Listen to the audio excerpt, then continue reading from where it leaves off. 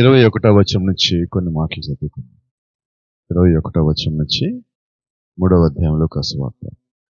ప్రజలందరూ బాప్తిజం పొందినప్పుడు యేసు కూడా బాప్తిజం పొంది ప్రార్థన చేయుచుండగా ఆకాశం తెరవబడి పరిశుద్ధాత్మ శరీరాకారంతో పావురముల ఆయన మీదకి దిగి వచ్చెను. అప్పుడు నీవు నా ప్రియకుమారువు, నీ యందు నేను ఆనందించున్నాను ఒక శబ్దం ఆకాశం నుండి వచ్చెను. ఇదిగో నా తండ్రి వాగ్దానం చేసిన మీ మీదకి పంపుచున్నాను. లూకా సువార్త 49, మధ్యలో కొన్ని వచనాలు వదిలేస్తాను. 24:49. లూకా సువార్త 24:49. ఇదిగో నా తండ్రి వాగ్దానం చేసినది మీ మీదకి పంపుచున్నాను, మీరు పైనుండి శక్తిని పొందు వరకు పట్టణంలో నిలిచిండని వారితో చెప్పాను. అలాగే అపొస్తలుల కార్యములు 1:8. అయినను పరిశుద్ధాత్మ మీ మీదకి వచ్చినప్పుడు మీరు శక్తి నొందెదరు, కనుక మీరు యెరూషలేములోను యూదయ సమరయ దేశమంతటను బూదిగంతముల వరకు నాకు సాక్షులై ఉందిరని వారితో చెప్పాను. 13వ వచనము. వారి పట్టణంలో ప్రవేశించి తాము బస చేయుచుండిన మేడగదిలోకి ఎక్కిపోయి వారెవరనగా పేతురు, యోహాను, యాకోబు, ఆంద్రియా, ఫిలిప్పు, తోమా, బర్తొలొమయి, మత్తయి, అల్ఫయి కుమారుడు యాకోబు, జెలోతే అనబడిన సీమోను, యాకోబు కుమారుడు యోదా అను వారును. వీరందరూ వీరితో కూడా కొందరు స్త్రీలను యేసు తల్లి అయిన మరియయు ఆయన సహోదరులను ఏక మనసుతో ఎడతెగక ప్రార్థన చేయుచుండిరి. ఆమేన్. అపొస్తలుల కార్యములు 2వ అధ్యాయం 1వ వచనం. పెంతెకొస్తు పండుగ దినం వచ్చినప్పుడు అందరూ ఒక చోట కూడి ఉండిరి. అప్పుడు వేగముగా వీచు బలమైన గాలి వంటి ఒక ధ్వని ఆకాశం నుండి అకస్మాత్తుగా వారు కూర్చుండిన ఇల్లంతయు నిండెను. మరియు అగ్ని జ్వాలల వంటి నాలుకలు విభాగింపబడినట్టుగా వారికి కనబడి వారిలో ఒక్కొక్కరి మీద వాలగా వారు పరిశుద్ధాత్మతో నిండిన వారై ఆ ఆత్మ వారికి వాక్శక్తి అనుగ్రహించిన కొలది అన్ని భాషలతో మాట్లాడసాగిరి. Praise the lord. దేవుని నామానికి మహిమ, ఘనత, ప్రభావం కలుగును గాక. చదవబడిన మాటలు ప్రభువు దీవుడిచ్చి మనతో సుటిగాను తేటగాను స్పష్టముగాను ప్రతి ఒక్కరికి అర్థం ఒక రీతిలో మాట్లాడును గాక. ఆమేన్. God bless you. దయచేసి అందరం కూర్చున్నాం. Praise the lord. మరి ప్రభు చిత్తమైతే కొద్ది మాటలు, మరి ఆలస్యమైందని మీరు అనుకో, దయచేసి కొద్ది మాటలు మనం దేవుని యొక్క వాక్యం నుంచి తీసుకుందాం.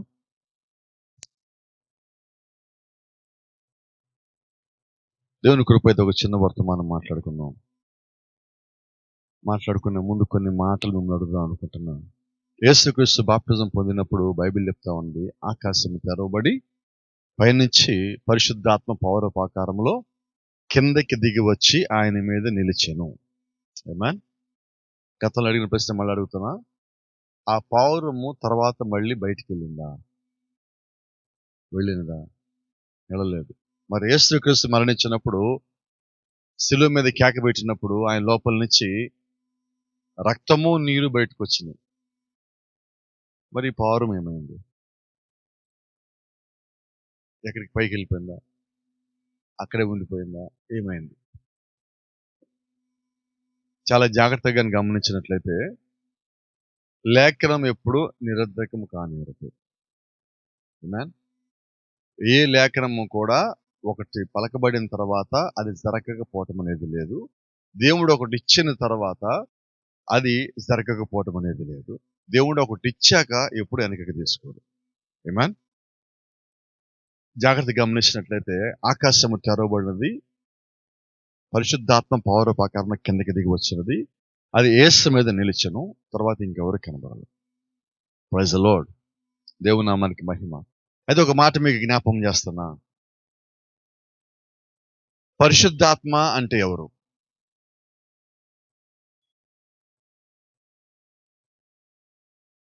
ఒకసారి వెళ్దాం మనం. 1 యోహాను 2వ అధ్యాయం 1వ వచనం.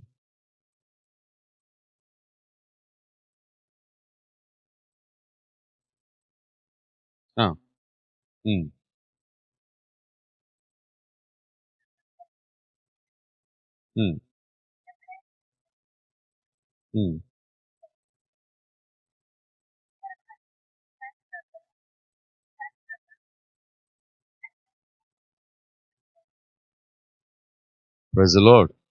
అక్కడ ఉత్తరవాది అన్నాక పైన ఏమైనా నెంబర్ వేసిందా మీకు? ఏముంది? 1 ఉందా? ఆదరణకర్త. ఆదరణకర్త అంటే ఎవరు ఇప్పుడు? అది కూడా చూద్దాం. యోహాను సువార్త 14వ అధ్యాయం 26వ వచనం.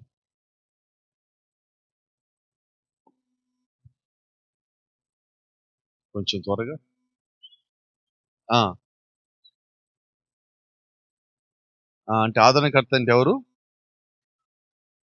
పరిశుద్ధాత్మ. ఆదరణకర్త అనగా పరిశుద్ధాత్మ. ఇందాక మనం అక్కడేం చదివాం? ఆదరణకర్త అనగా ఉత్తరవాది. ఉత్తరవాది అనగా యేసుక్రీస్తు. ఇప్పుడు పరిశుద్ధాత్మ అనగా ఎవరు? యేసుక్రీస్తు. అవునా? ఏంటంటే ఇంతకీ యేసుక్రీస్తు అంటే ఎవరు? యోహాను సువార్త 1వ అధ్యాయం 1వ వచనం. ఆదియందు వాక్యముండెను, వాక్యము దేవుడొద్దుండెను, వాక్యమే దేవుడై ఉండెను, ఆ వాక్యమే శరీరధారి అయి కృపా సత్య సంపూర్ణుడిగా మన మధ్య నివాసం చేసెను. ఆయన పేరు యేసుక్రీస్తు. రైట్. ఇప్పుడు యేసుక్రీస్తు అంటే ఎవరు? వాక్యము. ఆదరణకర్త అన్నా, ఉత్తరవాదన్నా, పరిశుద్ధాత్మ అన్నా యేసుక్రీస్తు. యేసుక్రీస్తు అంటే వాక్యము. Praise the lord. ఇలా మాట్లాడుకుందాం. ఇప్పుడు పరలోకం నుంచి ఆకాశం తెరవబడి ఆయన మీదకి ఏమొచ్చింది? పరిశుద్ధాత్మ అంటే వాక్యము. నిజమేనా? మీరు గమనించండి, వాక్యము రూపాలు మారుతుంది కానీ ప్రభావం మారట్లేదు, శక్తి మారటలేదు, దాని గమ్యస్థానం మారటల్లా. అది ఏదైతే చేయాలనుకున్నదో భూమి మీదకి వచ్చి అదే కార్యములు చేయవలసి ఉన్నది.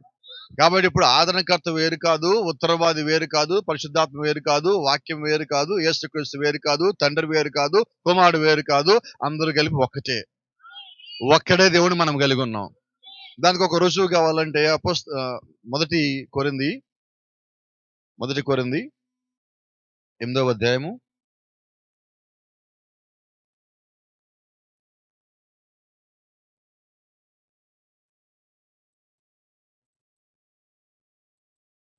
5వ వచనం.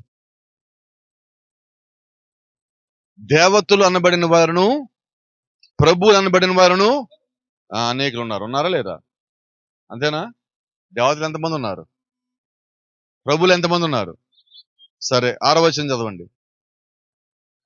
ఆకాశమందైనను భూమి మీదైనను దేవతలను బడిన ఉన్నను. మనకు మాత్రం ఎవరు? మనకి ఎంతమంది?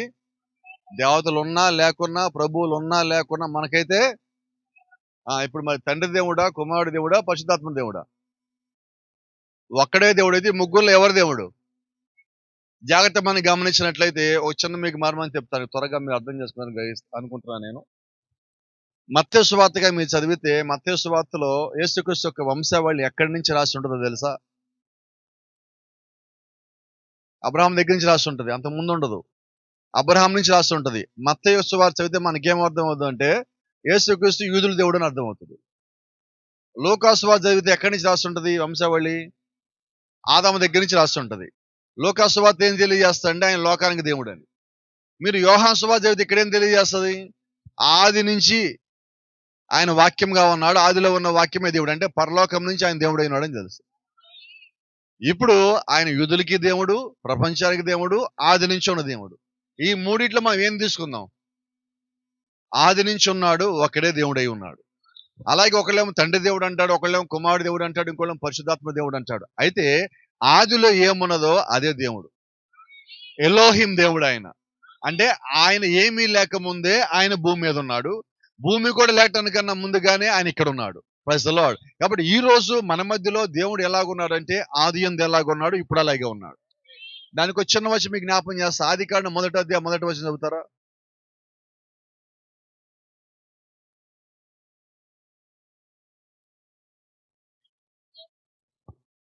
సృజించును, భూమి నిరాకారము శూన్యంగా ఉండెను, చీకటి అగాధ జలం మీద కమ్మి ఉండెను. అప్పుడు దేవుడు ఆత్మ జలముల పైన అల్లాడుచుండెను. మరి అప్పుడు దేవుడు ఎలాగున్నాడు? ఆత్మగా ఉన్నాడు. ఈ రాత్రి ఎలాగున్నాడు? ఆత్మగానే ఉన్నాడు. అంటే ఆది యందు ఎలాగున్నాడో భూమి రావటానికన్నా ముందుగా ఈ రోజు కూడా ఆయన అలాగే ఉన్నాడు.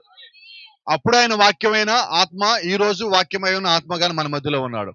అయితే ఈ రోజు మన అంశం ఏంటంటే, దేవుడు బాప్తిజం పొందుతా ఉన్నప్పుడు భూమి మీదకి వచ్చి ఒక మానవులు ఆయన ఉండగా, క్రీస్తు శరీరంలో ఆయన ఉండగా, ఆయన కూడా మన వలె బాప్తిజం పొందినప్పుడు, నీడలోంచి తిరిగి బయటకు వస్తా ఉన్నప్పుడు ఆకాశం తెరవబడి పరిశుద్ధాత్మ పౌరపాకారం ఆయన మీద దిగివచ్చును. ఆమేన్. చాలా జాగ్రత్తగా మనం గమనించుకుంటూ వచ్చినట్లయితే ప్రతి కాలంలో దేవుడు తన రూపాన్ని మార్చుకుంటూ వస్తున్నాడు. అయితే దేవుడు తన ప్రభావాన్ని మార్చలేడు. ఆయన చేసిన క్రియ యొక్క రూపాన్ని కూడా ఆయన మార్చల. ఎప్పుడైతే ఒకేలాగా ఉన్నాయి. Praise the lord. వచ్చిన మాట మీకు జ్ఞాపకం చేస్తాను, గుర్తించడానికి దీన్ని. పాత నిబంధనలో దేవుడు ఐగుప్తు నుంచి వారు కనానుకు వచ్చేటప్పుడు ఆకాశం నుంచి వారికి ఏం కురిపించాడు? మన్నాను కురిపించాడు.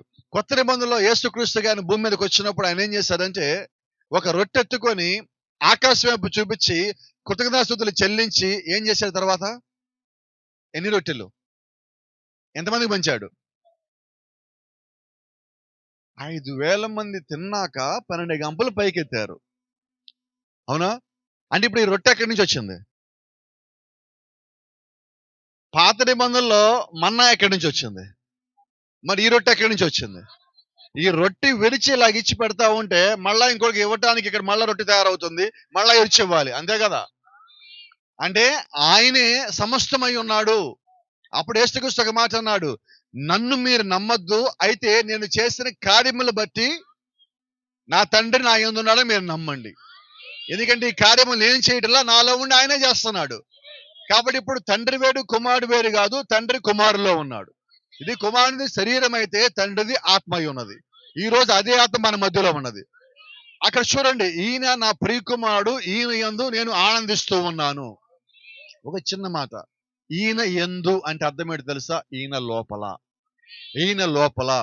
Praise the lord. అంటే శరీరము ఒకరిది, ఆత్మ ఇంకొకరిది కాదు. శరీరం లోపలికి ఆత్మ దిగి వచ్చింది.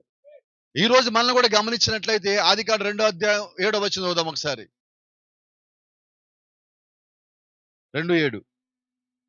దేవుడైన యెహోవా నేల మట్టితో నరుని నిర్మించి వాని నాసిక రంధ్రములలో జీవ వాయువును ఊదగా నరుడు జీవ ఆత్మాయను. వాళ్ళ లోపలికి జీవం తీసుకొచ్చింది ఆత్మ. ఈ రోజు మన లోపలికి జీవం తీసుకొచ్చి కూడా అదే ఆత్మ.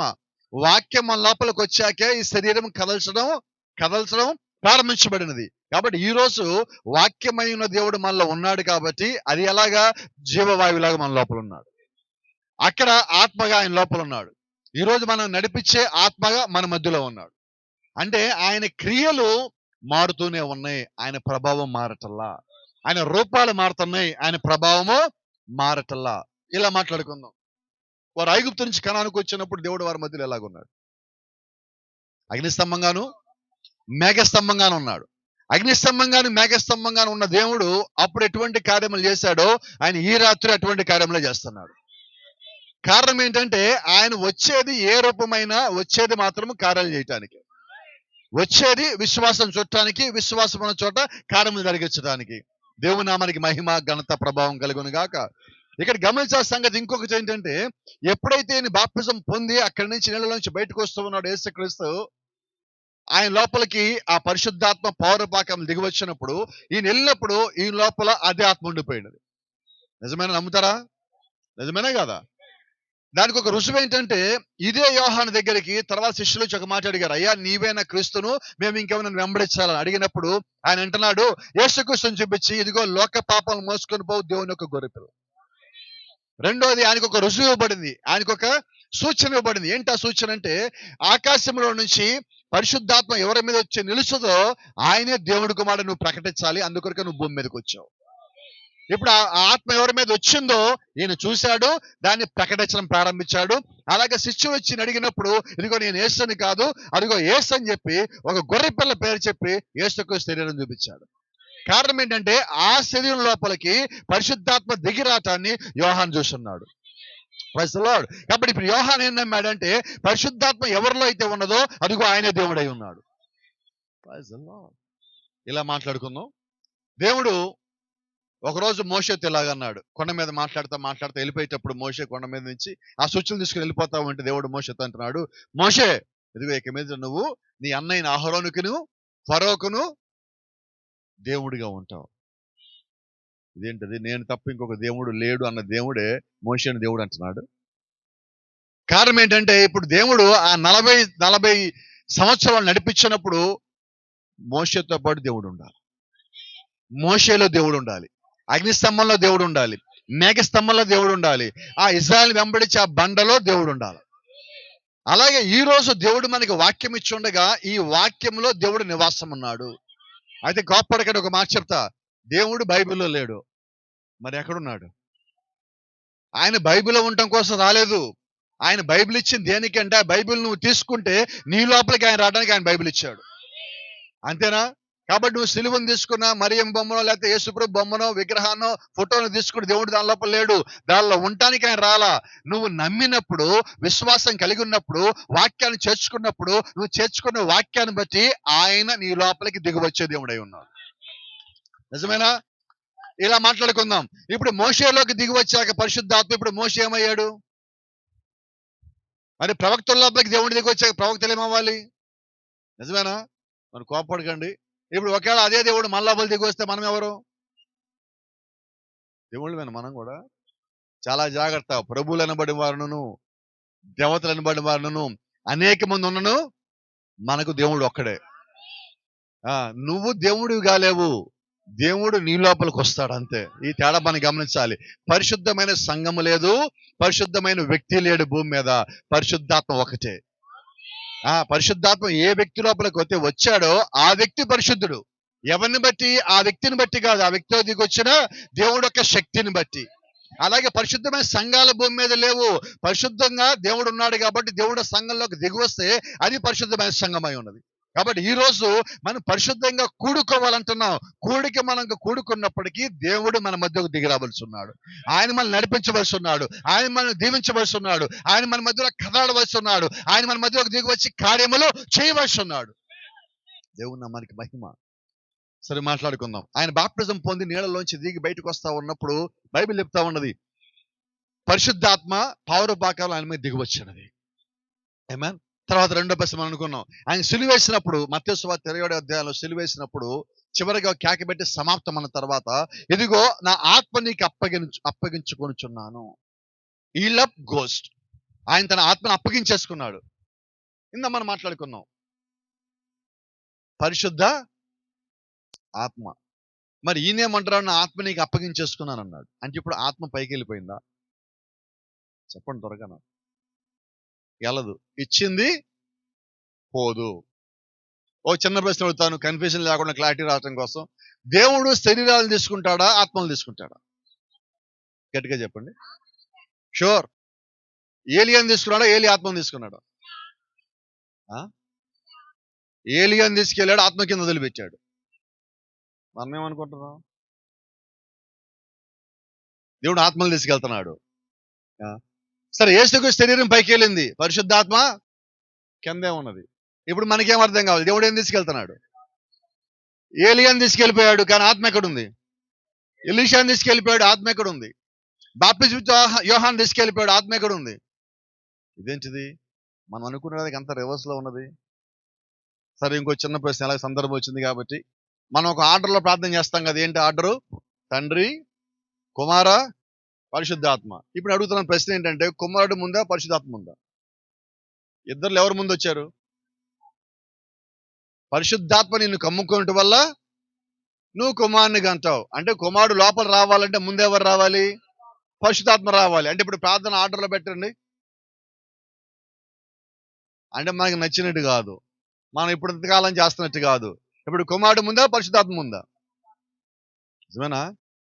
అంటే ఇప్పుడు మనం ప్రార్థన అంతా తప్పే. ఇంకో రెండో మాట మీకు జ్ఞాపకం చేస్తున్నా, దేవుడికి కుమారులు కుమార్తెలే గాని మనవాళ్ళు లేరు, మనవరాలు లేరు. ఇప్పుడు ఒకవేళ యేసుక్రీస్తు కుమారుడు అయితే మరి పరిశుద్ధాత్ముడు ఎవరు అవ్వాలి? మనవడు అవ్వాలి. దేవుడికి మనవాళ్ళు లేరు, మనవరాలు లేరు. ఆయనకు ఉన్నది ఎవరు? కుమారులు కుమార్తెలు. మనకి సంగతి అర్థం కావాలా? అంటే దేవుడు యొక్క వాక్య క్రమం ఏంటో ముందు నాకు తెలియాలి. నేను అనుకున్నది పక్కన పెట్టేయండి, లోకాన్ని పక్కన పెట్టేయండి. కొద్దిమంది అంటారు, అదేంటండి పాస్టర్ గారు ఎవరు? మరియమ్మని దేవత కాదంటారు. మరియమ్మ లేకుండా యేసుప్రభు ఎలా రావాలి భూమి మీదకి? మరి తండ్రి లేకుండా ఎలాగో వచ్చారు భూమి మీదకి ఆయన? అంతేనా? అంటే మన ఆలోచన కాదు, భూ సంబంధంగా ఏం మాట్లాడతాం? అసలు ఈ పాస్టర్ గారు తల్లి లేకుండా భూమి మీదకి వచ్చాడా? నేను భూమి మీదకి రావటం వేరు, దేవుడు భూమి మీదకి రావటం వేరు. రెండు తేడా ఉందా లేదా? కాబట్టి కొన్ని సంగతులు మనం మాట్లాడేటప్పుడు భూ సంబంధమైన సంగతులు మనం మాట్లాడుతున్నాం అంటే ఆత్మీయంగా ఎదగలేదని అర్థం. కాబట్టి భూ సంబంధమైన సంగతులు వేరు, ఆత్మీయమైన సంగతులు వేరు. ఆయన యేసుక్రీస్తు ఒకసారి చెప్పలేదా, ఆయన అవసరమైతే దేవుడు అబ్రహాము కాదు రాళ్లకు కూడా పిల్లలు పుట్టించగలరు అన్నాడు. అవునా? అంటే ఆయన దగ్గర ఆ శక్తి ఉన్నది. అసలు ఏమీ లేని దాంట్లో నుంచి ఆయన ఆదాము సృష్టించగలిగినప్పుడు ఆయన తల్లిదండ్రులు లేకుండా భూమి మీదకి రాలేడా? రాగలడు. అయితే దేవుడు ఆదికాండం 3వ అధ్యాయంలో ఒక మాట పలుకున్నాడు. 15వ వచనం పలుకున్నాడు. ఆ కారణం చేత ఆయన ఒక స్త్రీ గర్భం నుంచి రావాల్సి వచ్చాడు. ఏ మాట పలికాడు? ఆ నీకును స్త్రీకిని. ఇక్కడ నీకును అంటే ఎవరికి? అపవాదితో ఆయన మాట్లాడుతున్నాడు. అది మొట్టమొదటి భూమి మీద కోర్టు సీను. ఆ కోర్టు సీన్‌లో దేవుడు మాట్లాడుతున్నాడు. ఆదామవ్వను ఒక పక్కన బోన్లో పెట్టాడు. లూసిఫర్‌ని ఒక పక్కన బోన్లో పెట్టాడు. ఈయన అక్కడ జడ్జిగాను, న్యాయవాదిగాను ఉండి ఈయన మాట్లాడుతున్నాడు. ఇదిగో నీ సంతానముకును, స్త్రీ సంతానముకును వైరం కలగజేసేదను. ఆ! తర్వాత అది నిన్ను తల మీద కొట్టును. అది అన్నాక పైనేమున్నది? ఒకటో అంకెస్ ఉన్నది. ఆ కింద ఫుట్ నోట్‌లో ఏం రాసున్నది? ఆయన అంటే బైబిల్ ఎవరు? అంటే ఆదికాండం 3వ అధ్యాయంలోనే దేవుడు ఎవరి గురించి మాట్లాడుతున్నాడు? ప్రభువైన యేసుక్రీస్తు గురించి మాట్లాడుతున్నాడు. అంటే ప్రవచనం. భవిష్యత్తులో ఆయన నిన్ను కొడతాడు. ఎవరు కొట్టాలి? లూసిఫర్. నువ్వు నేను కొట్టలేవు. లూసిఫర్‌ని ఆయనే కొట్టాలా. లూసిఫర్‌ని ఆయనే బంధించాలా. వాడిని 1000 ఏళ్ళు ఆయన బంధించాల్సింది ఆయన మాత్రమే. వాడిని చంపాల్సింది ఆయన మాత్రమే. నువ్వు నేను కాదు. అయితే వాడిని ఇసిరేసే అధికారం దేవుడు నీకు నాకు ఇచ్చాడు. Praise the lord. కాబట్టి ఈ రోజు దేవుడు నాకు ఏ అధికారం ఇచ్చాడో ముందు నాకు తెలియాలి. నాకు ఇవ్వని అధికారంలోకి నేను పోవద్దు. ఇచ్చిన అధికారము వదులుకోవద్దు. అంతేనా? ఇప్పుడు ఆయన ఏమన్నా చూడండి 3:15లో ఇదిగో నీ సంతానమునకును స్త్రీ సంతానమునకు వైరం కలుగజేస్తదు. అది నిన్ను తల మీద కొట్టును. ఇప్పుడు అది అనేది ఆయన అయితే ఆయన స్త్రీలోంచి రావాల. అవునా? పోయినసారి చెప్పింది మళ్ళీ మీకు జ్ఞాపం చేస్తున్నా. మనం పురుషుని సంతానమా, స్త్రీ సంతానమా? గట్టిగా రావట్లేదు ఎక్కడ. అంత అనుమానం ఎందుకు వచ్చింది? సరే, భూమి మీద మొట్టమొదటి మనిషి పేరేంటి? ఆదాము స్త్రీనా పురుషుడా? ఆదాములోంచి ఎవరు వచ్చారు? ఆవలోంచి అందరం వచ్చాం. అంటే మొట్టమొదటి వచ్చింది ఎవరు? ఇప్పుడు మనం ఏ సంతానం? అంటే పురుషుని సంతానమే కదా. ఇదేంటి ఎంత ఈజీగా ఉంది, కొత్తగా ఉందండి బైబిల్ ఈ రోజు అంతా మనకి. నిజమేనా కదా? సరే, ఇప్పుడు ఇక్కడ దేవుడు ఏం మాట పలికాడు? స్త్రీ సంతానానికి. అంటే పురుషుని కలవకుండా స్త్రీకి అనే సంతానానికి నీకు గొడవ అవుతుంది. మరి బైబిల్ మొత్తంలో పురుషుని కలవకుండా కుమారుని గన స్త్రీ ఎవరు? మరి అందుకే కన్నిక గర్భవతి కుమారుని కంటదంటే ఆదికాండం 3:15 నెరవేర్పు. ఇప్పుడు ఆ ఒక్కడే కుమారుడు ఎవరంటే ఇస్సాకు కాదు. ఇక్కడ ఆ ఒక్కడే కుమారుడు ఎవరంటే ప్రభువైన యేసుక్రీస్తు. హెబ్రీయులకు రాసిన పత్రికలో అపోస్తలుడు చక్కగా చెప్తున్నాడు. ఆ ఏకైక వాగ్దాన కుమారుడు అంటే ఇస్సాకు కాదు, ఆయన ప్రభువైన యేసుక్రీస్తు అంటున్నాడు. కాబట్టి ఇప్పుడు కన్యక కుమారుని ఎవరైతే కన్నదో ఆయన అనగా ప్రభువైన యేసుక్రీస్తు. ఆయన మాత్రమే అపవాదిని తొక్కగలడు, చితగొట్టగలడు, వాడిని తీసేయగలడు భూమి మీద నుంచి. Praise the lord. మరి ఇప్పుడు ఆయన భూమి మీదకి వచ్చి ఆయన అధికారం కలిగి భూమి మీదకి వచ్చాడు. ఆయన ఇలాగ అంటున్నాడు, ఇదిగో నేను మరణమును నా శరీరం తీసుకెళ్లి సమాధిలో పెట్టగలను, నేను మరణించగలను, తిరిగి నేను పైకి లేపడానికి అధికారము కలిగి ఉన్నాను. Praise the lord. ఈ రోజు దేవుడు ఏం చేశారంటే ఆయన కలిగి ఉన్న అధికారాన్ని, ఆయన పరిశుద్ధాత్మలో ఉన్న అధికారాన్ని ఈ రోజు ఆయన సంఘానికి ఇచ్చాడు. ఎవరి దగ్గర ఉంది ఇప్పుడు అధికారం? గట్టిగా చెప్దామా? కాబట్టి ఇప్పుడు మనం దేనికి భయపడదాం? దేవునికే భయపడాలి. నువ్వు మరణానికి భయపడాల్సిన పనే లేదు. కారణం ఏంటంటే ఇప్పుడు దేవుడు భూమి నుంచి వెళ్ళిపోతూ మనం ఇంకా భూమి మీదకి రాలా. బైబిల్ రాయిస్తా దేవుడు ఒక మాట అన్నాడు, మీరు జయశాలులు. నేను ఇంకా భూమి మీదకి రాలా, తప్పో పాపమో చేయలా, నేను ఇంకా భయపడలా, పారిపోలా, తర్వాత క్రీస్తు గురించి తెలుసుకోవాలా, ఆ తర్వాత నేను జయించడానికి ముందుకు రాలా. ఇవేమి జరగటానికన్నా ముందుగా దేవుడు నాకు పేరు పెట్టాడు. ఏం పేరు? మనమందరం ఎవరు? ఎందుకు మనం జయించాలి? మనం ఏం జయించామని? బలహీనత జయించావా? చెప్పండి. అబద్ధాలు జయించావా? ఏదైనా జయించింది నువ్వు చెప్పండి గట్టిగా ఒకటి. కోపాలు జయించావా? అలకలు జయించావా? భూ సంబంధమైన వాటిని జయించావా? ఇంకా ఏమి జయించలా. కానీ దేవుడు మనకు పేరు పెట్టాడు. ఏం పేరు? ఎందుకు దేవుడు ఆ పేరు పెట్టాడు? మనం బలహీనం మనకు తెలియదు. ఆయనకి తెలిసాడు ఎందుకు మనకి పేరు పెట్టాడు. కారణం ఏంటంటే ఏదో ఒక దినమున మీరెవరో మీరు తెలుసుకుంటారు, మీరు సత్యం గ్రహిస్తారు, మీ యొక్క కాలం గ్రహిస్తారు, మీ యొక్క స్థానం గ్రహిస్తారు, దేవునికి లోబడతారు, వాక్యాన్ని నమ్ముతారు, ఆయన జయశాలని చెప్పిన మాట కూడా నమ్ముతారు, పరిశుద్ధాత్మ దగ్గరికి వస్తారు, ప్రార్థిస్తారు, పరిశుద్ధాత్మను పొందుకుంటారు. అప్పుడు మీరు సమస్తాన్ని జయించే జయశాలుగా మారుతారు. సో దేవుడు ఏం చేశారంటే నేను బలహీనుడిగా ఉండగానే, నేను పాపంలో ఉండగానే, ఇంకా నేను అపరాధంలో ఉండగానే అప్పుడే దేవుడు నా ముగింపు జన్మను చూశాడు. కాబట్టి ఆయన నాకు జయశాలని పేరు పెట్టాడు. Praise the lord. కాబట్టి ఈ రోజు మనం ఏమై ఉన్నామంటే జయశాలుమై ఉన్నామని నమ్మినట్లయితే వాక్యాన్ని మనం ఎలాగ నమ్మాలో తెలుసా? మిగిలిన అందరికన్నా కూడా ఇంకా బలంగా నమ్మాలి, ఇంకా ఎక్కువ విశ్వాసం కలిగి ఉండాలి, ఇంకా ఎక్కువ ప్రార్థన కలిగి ఉండాలి, ఇంకా ఎక్కువ శక్తిని కలిగి ఉండాలి. మనం అనేక మందికి మాదిరికరంగా జీవించే వ్యక్తులమై ఉండాలి. Praise the lord. రెండో సంగతి, ఇప్పుడు ఆయన బాప్తిజం పొంది నీళ్ళలోంచి బయటకు వచ్చాడు. పైనుంచి పరిశుద్ధాత్మ పవరు పాకాలు ఆయన మీద దిగినది. ఆయన నీళ్ళలోంచి బయటకు వచ్చాడు. ఆ తర్వాత 3.5 సంవత్సరాలు పరిచయం చేశాడు. ఆ తర్వాత ఆయన సిలువను మోసాడు. ఆయన శరీరంలో సుమారుగా ఒకసారి ఒక డాక్టర్ అంటాడు, ఆయన శరీరం మీద 5,480 గాయాలైనవి అన్నాడు. ఎన్ని? సిలువ మోసినప్పుడు. ఇవి కాక చివరిలో ఒక పెద్ద గాయమైంది. ఏ పెద్ద గాయం? ఆయన మరణించాలని చెక్ చేయటానికి కుడివైపున ఇక్కడ ఈ కింద చిట్ట చివర బోన్ ఏదైతే ఉంటుందో రిబ్ బోను, దాని కింద బల్లెంతో పొడిచినప్పుడు ఇక్కడ నుంచి రక్తము నీరు రెండు బయటకు వచ్చినాయి. మీరు చాలా జాగ్రత్తగా గమనిస్తే ఏదైనా తోటలో కూడా దేవుడు 2వ అధ్యాయంలో ఆదాము గాఢ నిద్ర కలగజేసి ఇదిగో సరిగ్గా అక్కడే గాయం చేసి అక్కడి నుంచి ఒక ఎముకను బయటికి తీసి ఆ ఎముకను అవ్వగా చేసి తీసుకొచ్చి ఆయన ముందు పెట్టాడు. ఇక్కడ సిలువలో జరిగినది ఏంటంటే ఆయనకి ఇక్కడ గాయమైనప్పుడు అందరిని కూడా రక్తం బయటకు వచ్చింది, నీరు బయటకు వచ్చింది. అంత మాత్రమే కాదండి, అక్కడి నుంచే పరిశుద్ధాత్మ కూడా బయటకు వచ్చింది. అక్కడి నుంచే క్రీస్తు ఉన్న సంఘం కూడా బయటకు వచ్చింది. ఆమె ఈ రోజు క్రీస్తు యొక్క శరీరముగా, సంఘముగా, ఆయన ఒక వధువుగా, ఆయన ఒక భార్యగా భూమి మీద ఉన్నది. Praise the lord. అంటే ఇప్పుడు ఇలా మాట్లాడడం తప్పుగా అనుకోకండి. యేసు క్రీస్తుకి భూమి మీద వధువు ఉన్నదా లేదా? ఆ వధువు అంటే ఎవరింతకి? ఆయన శరీరము, ఆయన సంఘం అనే శరీరము, అంతేనా? ఒకసారి చూద్దాం. ఎఫెసీయులకు రాసిన పత్రిక 4వ అధ్యాయము 13వ వచనం అనుకుంటాను.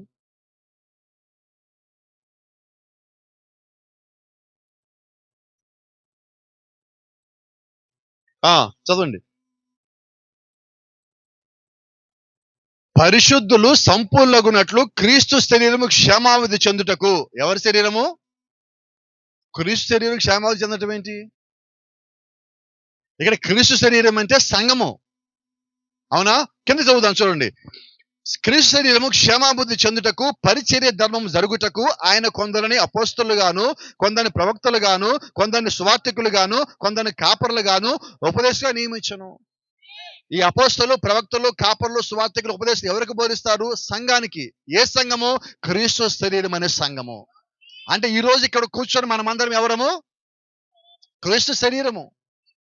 ఆయన సంఘమునికి శిరస్సు అయి ఉన్నాడు. ఆయన శిరస్సు, మనం శరీరము. ఏ శరీరము? సంఘం అనే శరీరము. ఇప్పుడు ఆయన ఎవరు వివాహం చేసుకోవాలి? సంఘం అనే శరీరాన్ని వివాహం చేసుకోవాలి. ఇప్పుడు ఆయన రాకడ కొరకు, తలరాయి కొరకు మనం ఎదురు చూస్తున్నాం. ఆయన ఎప్పుడు దిగి వచ్చాడో ఈ శరీరము ఆయనకు అతకబడుతుంది. Praise the lord. ఒక చిన్న మాట మీకు జ్ఞాపకం చేస్తా. చాలా కాలం ఉంది కూడా బహుశా మీకు ఈ మాట చెప్పి. ఒక చోట ఒక కంపెనీ ఉండదు. ఇదంతా చూస్తే నాకు జ్ఞాపకం వచ్చింది, అందుకని చెప్తున్నా. ఒక చోట ఒక కంపెనీ ఉండదు. ఆ కంపెనీ మొత్తం ఇక్కడి నుంచి తీసేసి ఇంకో చోట తీసుకెళ్తున్నారు. ప్రతిరోజు సాయంకాలము ఉదయం ఒక 5గురు పని వాళ్ళు లోపలికి వచ్చి ఆ కుర్చీలని, అక్కడున్న ప్రతి పనిముట్టుని ఇప్పదీసేవాళ్ళు. యంత్రాలు మొత్తం ఇక్కడ ఉన్నాయి. ఈ కంపెనీ ఇక్కడి నుంచి ఇంకో చోట తీసుకెళ్ళిపోతున్నారు, షిఫ్ట్ చేస్తున్నారు కంపెనీని. అప్పుడు ఏం చేయాలా? పని వాళ్ళు వచ్చి ఆ యంత్రాలకున్న ఆ బోల్ట్లు మొత్తం ఇప్పదీస్తున్నారు. ఉదయం నుంచి సాయంకాలం 5 గంటల దాకా వచ్చి మొత్తం ఇప్పదీస్తారు. సాయంకాలం ఏమవుతుందంటే బయట ఒక పెద్ద ట్రక్ వచ్చి ఉంటుంది. ఆ ట్రక్ కన్నా ముందు ఒక అయస్కాంతం ఉన్న ఒక పెద్ద మిషన్ లోపలికి వస్తుంది. చాలా పెద్ద అయస్కాంతం అది. ఆ అయస్కాంతం లోపలికి ఇలా రాగానే ఏవైతే నట్లు బోల్ట్లు విప్పదీస్తున్నాయో అవి మొత్తం దానికి ఇలా గతుక్కొట్టాయి. ఏమంటే ఏం చేస్తాండి, అయస్కాంతం ఉన్న మిషన్ ఇలాగెళ్ళిపోయి ఆ ట్రక్ లో మొత్తం దులిపోయి అన్ని లోపల పడిపోతాయి, అవన్నీ వెళ్ళిపోతాయి. ప్రతిరోజు జరిగే పని ఇదే. మీరు గమనించినట్లయితే ఈ కంపెనీ ఇక్కడ షిఫ్ట్ అయిపోవాలి. ఎంప్లాయీస్ అక్కడికి వెళ్ళిపోయారు. కొద్దిమంది పని వాళ్ళు వచ్చారు, ఇప్పదిస్తున్నారు. ఉదయం ఒక ఆయన, మధ్యాహ్నం ఒక ఆయన, ఆ తర్వాత ఒక ఆయన, ఆ తర్వాత ఒక సాయంకాలం 5 గంటల వరకు వస్తున్నారు, ఇప్పదిస్తానే ఉన్నారు. 5గురు పనివాళ్ళు. ఎవరు 5గురు పనివాళ్ళు? అపోస్తలు, ప్రవక్తలు, ఉపదేశకులు, సువార్తికులు, కాపరులు. వీళ్ళు 5గురు ఇప్పదిస్తున్నారు. ఇంతకీ దేని కొరకు? సాయంకాలం ఆ మిషన్ వచ్చే సమయానికి వీళ్ళు ఏదైతే ఇప్పదీశారో అవి మొత్తం పైకి వెళ్తాయి. అంతేనా? ఏంటో సాయంకాలం సమయం అంటే ఇప్పుడు మనం ఉన్న ఈ సమయం. సాయంకాలం వెలుగు కలుగును గాక. ఇదిగో మనం ఈ గడిలో ఉన్నాం. ఈ గడిలో ఆ రాకడ సమయం వచ్చినప్పుడు ఏవైతే భూమి మీద నట్లు బోల్ట్ ఇప్పదీయబడి ఉన్నాయో ఇవన్నీ ఆ శిరస్సుకి అతకబడాలి. అంతేనా? Praise the lord. చాలా జాగ్రత్త. ఇప్పదీయబడినవి అతకబడతాయి. మీకు అందరికి తెలుసు, మీకు అందరికి తెలియందే కాదు, తెలిసిన సంగతే మళ్ళీ మీకు జ్ఞాపం చేస్తున్నా. ఏదైనా మన ఇంట్లో ఒక వస్తువు, ఒక నట్టో బోల్టో బిగిసిపోయి ఉంటే మీరు ఎంత తీసినా రాకపోతే ఏం చేస్తారు? ఆయిల్ అంటే ఏంటి తెలుగులో చెప్పండి, నాది తెలుగు మీడియం.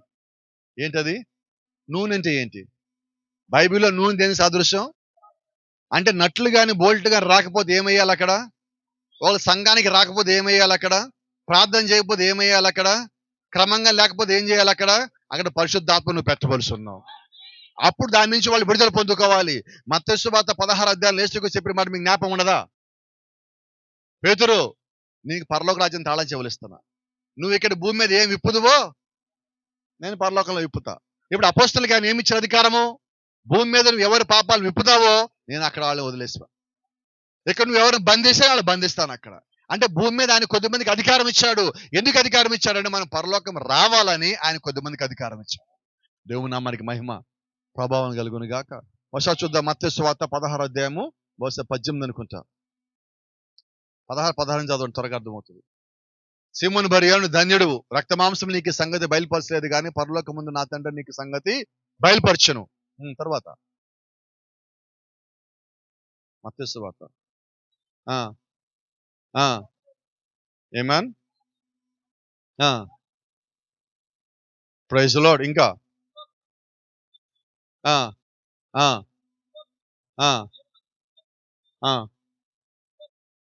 Praise lord. ఇప్పుడు ఇక్కడ ఏం బంధిస్తావో అక్కడ బంధిస్తాడు. తర్వాత మాట, ఇక్కడ నువ్వు ఏం విప్పుతావు అక్కడ విప్పుతానన్నాడు. అంటే ఇక్కడ భూమి మీద కొద్దిమందికి ఆయన అధికారం ఇచ్చాడు. ఎవరికి? 5కి ఇచ్చాడు అధికారం. అంతేనా? ఈ కేవలం 5కి దేవుడు ఇచ్చింది, ఆయన సంఘానికి అధికారం ఇచ్చాడు. ఇక్కడ పేతురు అంటే వ్యక్తి కాదండి, ఆ వాక్యం నమ్మిన వాళ్ళు, క్రీస్తు నమ్మిన వాళ్ళు, క్రీస్తు దేవుడి కుమారుడు నమ్మిన వాళ్ళు, క్రీస్తు సజీవుడైన దేవుడి కుమారుడు నమ్మిన వాడు, తండ్రి వేరు కాదు కుమారుడు వేరు కాదు ఒక్కడే నమ్మిన వారు ఎవరైతే ఉన్నారో వారందరికీ దేవుడు అధికారం ఇచ్చాడు. ఈ రోజు భూమి మీద నువ్వేం విప్పుతావో దేవుడు అక్కడ విప్పుతానంటున్నాడు. నువ్వు ఇక్కడ ఏం బంధిస్తావో నేను అక్కడ బంధిస్తానంటున్నాడు. దేవుని నామానికి మహిమ. అయితే దేవుణ్ణి సంపూర్ణంగా నమ్మాలంటే దేవుల్లో ఉన్న అదే ఆత్మ నీ లోపల దిగి రావాలి. అదే ఆత్మ నీ మీద పని చేయాలి. అదే ఆత్మ నీ లోపల నివాసం ఉండాలి. అప్పుడే నీవు కూడా వాక్యం ఏమై ఉన్నదో నువ్వు అలాగే ఆలోచించగలుగుతావు. అయితే మనం ఏం చేస్తాము? వాక్యం ఒకలాగుంటే మన ఆలోచన ఇంకోలాగుంటుంది. అంతేనా? దానికి మనం ఒక మాట చెప్తాం, మా పాస్టర్ గారు ఎట్ట చెప్పారండి, మా సంఘం ఎట్ట చెప్పారండి. నేను ఒక మాట అడుగుతాను, మా పాస్టర్ గారు ఎట్ట చెప్పారన్నది ముఖ్యమా, మా సంఘం ఎలాగ చేస్తానన్నది ముఖ్యమా, దేవుడు చెప్పాడు అన్నది ముఖ్యం? వినపడలేదు, కొంచెం గట్టిగా చెప్పండి. సరే, అయితే బైబిల్ మొత్తంలో ఎక్కడ యేసుక్రీస్తు డిసెంబర్ 25 పుట్టాడు అన్నాడు? మా పాస్టర్ గారు చెప్పారు, మా సంఘం చెప్పింది. మీ సంఘం ఏం చెప్పింది నాకు అనవసరం, నీ పాస్టర్ గారు ఏం చెప్పారు నాకు అనవసరం, దేవుడు ఏం చెప్పాడు నాకు అవసరం. ఎందుకంటే రేపొద్దు లెక్కల్లోకి వెళ్ళాక, పరలోకంకి వెళ్ళాక నన్ను ఆపేది ఎవరు? ఇదే వాక్యం. ఈ వాక్య ప్రకారం ఉంటే పరలోకానికి వెళ్తా, లేకపోతే వెళ్ళను. ఆ పాస్టర్ గారా, ఈ పాస్టర్ గారా, పెద్ద సంఘమా, చిన్న సంఘమా, సీనియర్ పాస్టర్ గారా, ట్రైనింగ్ అయిన పాస్టర్ గారా, దేవుడికి ఇవన్నీ అనవసరం. వాక్య ప్రకారం ఉన్నావా లేవా? వాక్యం ఇచ్చింది దేనికి? వాక్యానుసారంగా ఉండాలని. ఇప్పుడు వాక్యానుసారంగా ఉండే చోట నేనే ఎత్తుక్కొని పోవాలి. కానీ మనం ఏం చేస్తాం? అంత దూరం 6లో దాకా ఏం వస్తాయి పాస్టర్ గారు, ఈ లైన్ మొదట్లోనూ ఆ లైన్ పక్కన, ఇంటి పక్కన మా చుట్టాలు బంధువులు లేకపోతే మా ఓనర్ గారికి ఉందని చర్చి అక్కడికే పోతాం. నువ్వు చర్చికి ఎక్కడికి పోతావు దేవుడు అడగల. వాక్యం ఇచ్చి వాక్యంలాగా చెప్పే చోట నువ్వు ఉంటే పరలోకానికి వస్తావన్న. కాబట్టి ఇప్పుడు దూరం వెళ్ళాలి, దగ్గర వెళ్ళాలా? వినపడలేదు, గట్టిగా చెప్పండి. వాక్యం ఎక్కడ నువ్వు సత్యం అని నమ్మేవో నువ్వు అక్కడికి పోవాలా. అయితే నువ్వు వెళ్ళిన చోట ఏదైనా, మనం ఎవరు విమర్శ చేయొద్దండి, నువ్వు వెళ్ళిన చోట ఎక్కడికి వెళ్ళినా ఎలాగున్నా కూడా వాక్యంలా ఉందా లేదా కావాలి. అలాగ ఉంటే నువ్వు అక్కడ ఉండు. లేదంటే నువ్వు జీవితకాలం చర్చికి వెళ్ళిన పరలోకం పోకపోతే ప్రయోజనం ఏంటి? అంతేనా? కాబట్టి వాక్యం నన్ను పరలోకాన్ని తీసుకెళ్లాలంటే పరలోకం తీసుకెళ్లే వాక్యం ఎక్కడుందో నేను ఎక్కడికి పోవాలా? ఆ దూరమైనా దగ్గరైనా, అది పక్కన ఉందా దూరం ఉందా లెక్కలు చెప్పదు, కానీ వాక్యంలాగా ఉంటే నువ్వు అక్కడే ఉండిపో. Praise the lord. దేవుని నామానికి మహిమ ఘనత ప్రభావం కలుగును గాక. ఓ చిన్న మాట అడుగుతా, కోపం రాదు ఎవరికి? రాదప్పుడే గట్టిగా చెప్పండి, సరిపోవట్లేదు, వచ్చేటట్టుగా ఉంది కాదు కదా. సరే, ఒక మాట అడుగుతాను, చెప్పండి. ఒక పేరు ఉన్నది, ఆ పేరుని నేను చెప్తాను, అది దాని అర్థం ఏంటి నాకు చెప్పండి. బైబిల్లో ప్రభు రాత్రి భోజనం ఒక పదం ఉంది, అంటే ఏంటి చెప్పండి? ప్రభు రాత్రి భోజనం ప్రభు రాత్రి భోజనం అంటే అది పగలు తీసుకోవాలా, ఉదయమా, మధ్యాహ్నమా, ఎప్పుడు తీసుకోవాలి చెప్పండి? దాని పేరేంటి? అది ప్రభు పగల భోజనమా? ప్రభు మార్నింగ్ బ్రేక్ఫాస్టా? ప్రభు మధ్యాహ్నం లంచా? దాని పేరేంటి చెప్పండి? కాబట్టి ఇప్పుడు నేను వెళ్ళే సంఘంలో ప్రభు రాత్రి భోజనం అంటే పగలా, మధ్యాహ్నమా, సాయంత్రమా? దాని పేరేంటి? దాని పేరు రాత్రి అని ఉన్నది. బైబిల్ రాత్రి అని చదువుతున్నాం. కానీ దానికి భూమి మీద పెట్టిన పేర్లు ఏంటో తెలుసా చర్చిల్లో? త్వరగా చెప్పండి. ఏంటది? ఎవరిని ఆరాధిస్తున్నావు నువ్వు? బల్లల్ని, కుర్చీలను ఆరాధిస్తా చర్చికి పోయి. సంస్కారం ఏంటి? అదేం త్రిబుల్ సోపు అది కాదండి. నువ్వు భూమి మీద దేన్ని దాంతో పోల్చడానికి వీల్లేదు. దేవుడు నీకు బైబిల్లో ఒక పేరు పెట్టాక నువ్వు దాన్ని మార్చడానికి వీల్లేదు. బైబిల్లో దేవుడు చెప్పిన మాట జ్ఞాపకం ఉన్నదా? ఆయన రాసిన దాంట్లో సున్నైనా పొల్లైనా తీసేయడానికి వీల్లేదు.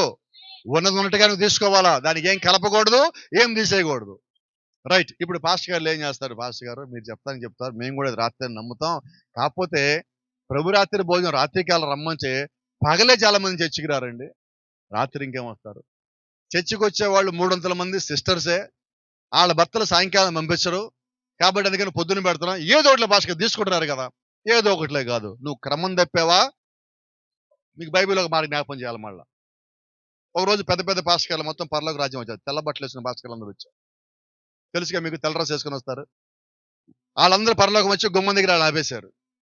వాళ్ళు వచ్చి మేము లోపలికి వెళ్దాలన్నారు. వాళ్ళు దూత అన్నారు, అయ్యా మీ పేర్లు చెప్పండి అన్నారు. మా పేర్లు తెలియదు. భూమి మీద పెద్ద పాస్టర్లు, సారు పాస్టర్లు పెద్ద పెద్ద మీటింగ్లు పెడతాం, అసలు మేము వస్తే హడావుడి మామూలుగా ఉండదు అని వాళ్ళు చెప్తుంటే, సరే మీరు ఎవరైనా కానీ మీ పేరు చెప్పండి అన్నారు. వాళ్ళు చెప్పారు XYZ అని చెప్పారు.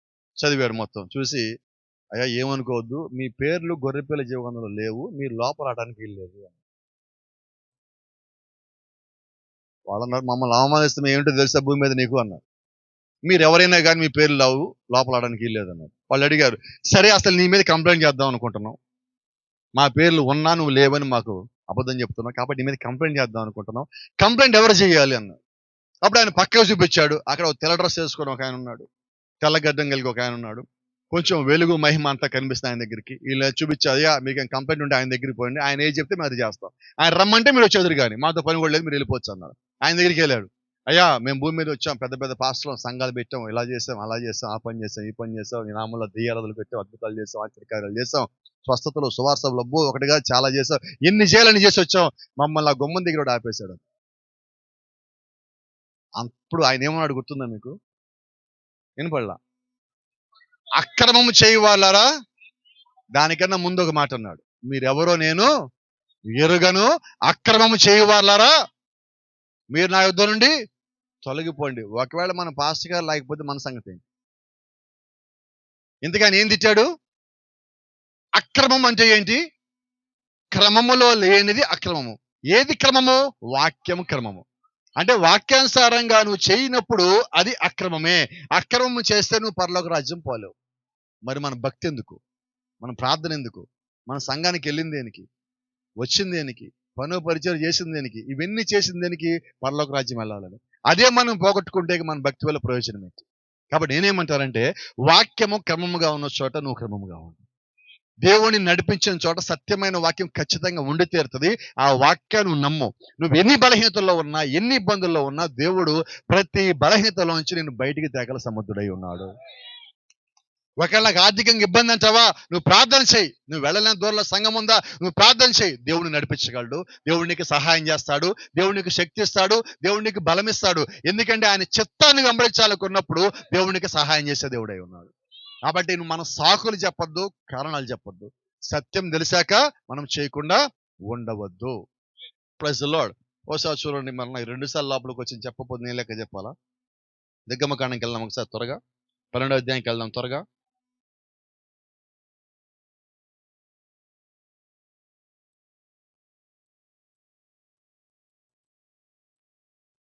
ఇది ప్రభురాత్రి భోజనం యొక్క విధానం. ఇది ప్రభురాత్రి భోజనం యొక్క క్రమం. 12వ అధ్యాయం మొత్తం మీరు చదవండి. 8వ వచనం చదువుదాం. ఆ రాత్రి వారు అగ్ని చేత కాల్చబడిన మాంసమును, పొంగని రొట్టెలను తినబలను, చేదు కూరలతో దాన్ని తినబలను, దాని తలను, దాని కాళ్ళను, దాని ఆంతములు అగ్నితో కాల్చి దాన్ని తినబలను, దానిలో ఉడికి ఉడకనిదైనను, నీళ్లతో వండబడినదైనను, తినకూడదు. ఉదయకాలం వరకు దానిలో ఏదియు మిగిలింపకూడదు. ఉదయకాలం వరకు దానిలో మిగిలిన దానిని అగ్నితో కాల్చివేయవలను. ఇప్పుడు దేవుడు ప్రభురాత్రి భోజనం గురించి మాట్లాడుతున్నాడు ఇక్కడ. ఇది మొట్టమొదటి ప్రభురాత్రి భోజనం, దీన్ని పస్కా అంటారు. పస్కానే కొత్త నిబంధనలో ప్రభురాత్రి భోజనం చేశారు, అంతేనా? మరి ఇప్పుడు పస్కా అంటే ఎప్పుడు తినాలి? సాయంకాలం చీకటి పడ్డాక 6 గంటల తర్వాత, ఉదయం 6 గంటల లోపు తీసుకునేది ప్రభురాత్రి భోజనం. ఇప్పుడు మనం ఎప్పుడు తీసుకుంటున్నాం? అవునా? కోపడకండి, కింద ఏముంది చదవండి. మీరు దాన్ని తినవలసిన మీద అనగా, అక్కడ ఒక మాట ఉంది కదా, ఒక నిమిషం. ఇందా చదివిన దాంట్లో పై మాట చూద్దాం. ఉదయకాలం వరకు దానిలో మిగిలినది అగ్నితో కాల్చివేయవలను. అంటే ఉదయకాలం మనం తీసుకునేది ఇప్పుడు ఎటువంటి ప్రభురాత్రి భోజనం? అదే కాల్చేసాక ఏం మిగులుతుంది అంటే ఇప్పుడు మనం తీసుకుంటుంది ఏంటి? నాకు తెలిసి నేను ఎంతకాలం ఏం తీసుకున్నా, నువ్వు తెలియకేం తీసుకున్నా నాకు తెలియదు, ఈ రాత్రి నీకు తెలుసు. ఇప్పుడు సత్యం అంటే నీకు తెలిసింది కాబట్టి ఇప్పుడు ఏం తీసుకోవాలి? నేను పగల రాత్ర? Praise the lord. అంటే ఇప్పుడు ఎంత ఎందుకు చెప్తున్నానంటే, నీకు సత్యము తెలియజేసేవాడు పరిశుద్ధాత్ముడు, అంతే. సత్యము తెలియజేసేవాడు పరిశుద్ధాత్ముడు. నీకు వాక్యమే సత్యమై ఉన్నది, అంతే చెప్పలేదా బైబిల్లో? నీ వాక్యమే సత్యము. ఇప్పుడు నా ఈ వాక్యమే సత్యం అంటే ఇప్పుడు నేను మీకు వాక్యమే చూపించాను, ఆ మాటలు మీకు ఇంకేం చెప్పాలా? వాక్యంలో ఏ రాస్తుందో మనం అదే చేయాలా. కొంచెం కిందకి వెళ్తే అక్కడ మాట చూడండి. మీరు దాన్ని తినవలసిన విధం అనగా, మీ నడుము కట్టుకొని, మీ చెప్పులు తొడుక్కొని, మీ కర్రల చేత పట్టుకొని త్వరపడి దాన్ని తినవలను. అది యెహోవాకు పస్కా బలి. అంటే సాయంకాలం నువ్వు తీసుకునే ఆ రొట్టె ద్రాక్షరసం ఏదైతే ఉన్నదో అది ప్రభురాత్రి భోజనం మనం అంటున్నాము. పాత నిబంధనలో దాని పేరు పస్కా బలి. ఎందుకు పస్కా బలి? దేవుడు మరణాన్ని తప్పించాడు కాబట్టి పస్కా బలి. ఎందుకు ప్రభురాత్రి భోజనం? ఆ నెలంతా దేవుడు మనల్ని కాపాడాడు, మరణము రుచి చూడలేదు కాబట్టి కృతజ్ఞతగా మనం వచ్చి అక్కడ తీసుకునేది ఆ పస్కా బలి. యూదులకు ఇచ్చింది పస్కా బలి అయితే అన్యులకు ఇచ్చింది ప్రభురాత్రి భోజనం, అంతేనా? సరే మాట్లాడుకుందాం. యేసుక్రీస్తు ఇంతకి ప్రభురాత్రి భోజనం ఎప్పుడు పాటించాడు? పగలా? నిజమేనా? సరే, యేసుక్రీస్తు అంటే పాత నిబంధన కొట్టడానికి వచ్చాడు కాబట్టి ఆయన చేశాడు. అపోస్తలుడైన పౌలు ఎప్పుడు చేశాడు? ఇట్లాంటి ఒక బిల్డింగ్ లో కూర్చొని 3 అంతస్తుల ప్రసంగం చేస్తామంటే అక్కడ కిటికీలో కూర్చొని యవనస్తుడు కింద పడ్డాడు, ఐతుకొని యవనస్తుడు. అవునా? ఎప్పుడు? మరునాడు వెళ్ళనై ఉండి పౌలు మధ్యరాత్రి వరకు విస్తరించి మాట్లాడుతూ ఉండగా కిటికీలో కూర్చుని యవనస్తుడు నిద్రలో జోగుతూ కింద పడి మరణించను. అయితే పౌలు కిందకు వచ్చి వాడి మీద తను చాచుకొని పడుకొని ప్రార్థన చేసి వాడిని పైకి లేపి అప్పుడు రొట్టె పుచ్చుకొని అక్కడి నుంచి బయలు వెళ్ళింది. ఎప్పుడు? ఇదేంటిది? పాత నిబంధన రాత్రే, యేసుక్రీస్తు రాత్రే, పౌలు రాత్రే. ఇప్పుడు మనం ఎప్పుడు చేయాలా? నేను వాక్యాన్ని వెంబడించే సేవకుడు అయితే ఎప్పుడు చేయాలి? కోపడకండి. ఇప్పుడు మనం వాక్యాన్ని వెంబడించే విశ్వాసం అయితే మనం ఎప్పుడు తీసుకోవాలి? రైట్. ఇప్పుడు మనకి ధైర్యం వచ్చింది, రాత్రే కదా లేఖనం కనిపించింది. ఇప్పుడు పోయి మనం వెళ్ళే చర్చికి వెళ్ళి పాస్టర్ గారు పగలు కాదంటే రాత్రి అంటే మనల్ని ఏమంటారు? నా ప్రసంగాలు కాక నువ్వేదైనా చర్చికి పోయావా అంటాడు. నువ్వు రేపు నుంచి అక్కడికి బామాక అంటాడు. ఎందుకని? నీకు సత్యం తెలిసింది, నువ్వు అడుగుతున్నావు కాబట్టి నిన్నేం చేయాలి? ఇప్పుడు నువ్వు సత్యం దగ్గర పోకుండా ఆపాలా? అయితే సత్యం నీ లోపల పనిచేస్తే నువ్వేం చేస్తావు? వినపడలేదండి. నాకు సత్యం కావాలి, నేను ఎక్కడ పోతాను ముఖ్యం కాదు, పరలోకం పోవాలా. నేను పరలోకం తీసుకెళ్ళే వాక్యం నాకు కావాలి. వాక్యం ఏ దారి చూపిస్తే అదే దారి నడవలసి ఉన్నాను. ఏమన్నా దీనికి వచ్చిన ఉదాహరణ చెప్పాలి మీకు. ఎప్పుడైతే యేసుక్రీస్తు నీళ్ళలోంచి బాప్టిజం పొంది ఆ పరిశుద్ధాత్మ పౌరపాకాల మీద దిగి వచ్చినదో, శరీరాన్ని కొచ్చబడిన తర్వాత రక్తము ఇవంతా బయటకు వచ్చినదో పౌరం ఎవరికి కనబడలా. యేసుక్రీస్తు సమాధి నుంచి పైకి లేచిన తర్వాత 40 దినములు అందరికి కనిపించాను బైబిల్లో అని చెప్పి. 40 దినములు కనిపించాడని. 40 దినములు కనిపించిన తర్వాత ఆయన పైకి వెళ్ళిపోతూ ఇలాగే శిష్యులు మొత్తం పిలిచినప్పుడు 11 మంది శిష్యులు అక్కడికి వచ్చారని మత్తయి సువార్త చివరిలో రాయబడింది. ఎంతమంది? 11 మంది అక్కడికి వచ్చారు. ఆ 11 మందితో ఆయన మాట్లాడి ఆయన ఉన్న చోటని ఆరోహణం అయిపోయాడు. వెళ్ళిపోతే ఆయన వారి మీద ఊది ఒక మాట చెప్పాడు, మీరు పరిశుద్ధాత్మను పొందుకోండి. రెండో మాట ఇంకోటేమన్నారు? పైన శక్తిని పొందుకునేంత వరకు మీరు మేడగదిలోనే ఉండండి, కిందకి దిగవద్దు. ఎన్ని దినములు వాళ్ళు ఉన్నారు అక్కడ? 10 దినములు. 40 దినములు ఆయన లేచిన తర్వాత అందరికి కనిపించాడు. వీళ్ళని మేడగదిలో ఉండమని చెప్పిన తర్వాత 10 దినములు వీళ్ళు ఉన్నారు. మొత్తం ఎన్ని రోజులు? అది పెంతెకొస్తు అంటే. నేను ఎక్కడికి వెళ్ళినా పెంతెకొస్తులకు ప్రశ్న అడుగుతాను, పెంతెకొస్తు అంటే ఏంటని. వాళ్ళని సీరియస్గా చూస్తారు. పెంతెకొస్తు అంటే 50వ దినం అని. ఇప్పుడు మేడగదిలో చూద్దాం. 2వ అధ్యాయంలోకి వస్తే అపొస్తలుల కార్యాలు 2వ అధ్యాయం మొదట్లో ఏమున్నది? పెంతెకొస్తు అని పండుగ దినమున అంటే 50వ దినమున 50వ దినం వాళ్ళందరూ కూడుకున్నప్పుడు ఒక పెద్ద గాలి వచ్చినది. ఆ గాలితో కూడా ఒక శబ్దం వచ్చింది. ఆ శబ్దం తర్వాత ఏం జరిగిందంటే తలుపులు కిటికీలు మొత్తం బద్దలైన తర్వాత వారి మీదకి ఒక శక్తి వచ్చి నిలిచను. ఆ శక్తి ఎలాగొచ్చినది? అగ్ని వలె వచ్చును. అగ్ని వలె వచ్చాక వచ్చేటప్పుడు ఒక అగ్నిలాగా వచ్చింది. అయితే లోపల 120 మంది కూర్చున్నాక ఆ 120 మంది మీదకి అది భాగంగా దిగి వారి లోపలికి వెళ్ళిపోయింది. చాలా జాగ్రత్త. యేసుక్రీస్తు బాప్తిజం పొందిన తర్వాత ఏమొచ్చింది పైనుంచి? పావురము, పరిశుద్ధాత్మ పావురపాకాలు దిగివచ్చి ఆయన లోపలికి వెళ్ళిపోయింది. మీరు ఇక్కడ కానీ మీరు గమనించినట్లయితే అగ్ని వారి మీదకి వచ్చి అగ్ని వారి లోపల దిగిపోయినది. ఈ 50 రోజుల్లో జరిగిన సంగతి ఏంటి తెలుసా? యేసుక్రీస్తు లేచిన దగ్గర నుంచి వీళ్ళు వాక్యాన్ని నమ్మటం బిగించేశారు. అంతకుముందు కన్నా ఎక్కువ విశ్వాసించడం బిగించేశారు. దేవుడికి వారిని వారు సమర్పించుకున్నారు. ఒకే ఆలోచన, ఒకే అవస్థతతో, ఏక మనసుతో వాళ్ళందరూ ప్రార్థిస్తున్నప్పుడు దేవుడి కొరకు నిలబడాలని, సత్యం కొరకు నిలబడాలని వాడు ఎప్పుడైతే నిర్ణయం తీసుకున్నారో అప్పుడు మేడగదిలో వారి మీదకి అగ్ని దిగి వచ్చింది. ఆ అగ్ని ఏదో కాదు, యేసుక్రీస్తు లోపల దిగి వచ్చిన ఆ పావురమే రూపం మార్చుకొని అగ్ని వలె వారి మీద దిగి వచ్చింది. ఇప్పుడు వారి మీద దిగి వచ్చిన అగ్ని అంటే తెలుసా? పావురమే, పరిశుద్ధాత్మే. ఇప్పుడు వారి లోపలికి దిగి వచ్చిన అదే అగ్ని మేడగది నుంచి కిందకు వచ్చిన తర్వాత పేతురు లోపల అదే ఉన్నది. నిజమేనా? కోప్పడకండి. ఇప్పుడు పేతురు కిందకి దిగి ప్రసంగం చేశాడని బైబిల్లో ఉన్నది 2వ అధ్యాయంలో. నిజమేనా? అయితే జాగ్రత్తగా వినండి, ప్రసంగం పేతురుగా దేవుడు చేశాడు. చూద్దామా 2వ అధ్యాయము, అపొస్తలుల కార్యాలు 2వ అధ్యాయము 38వ వచనం చూద్దాం ఒకసారి.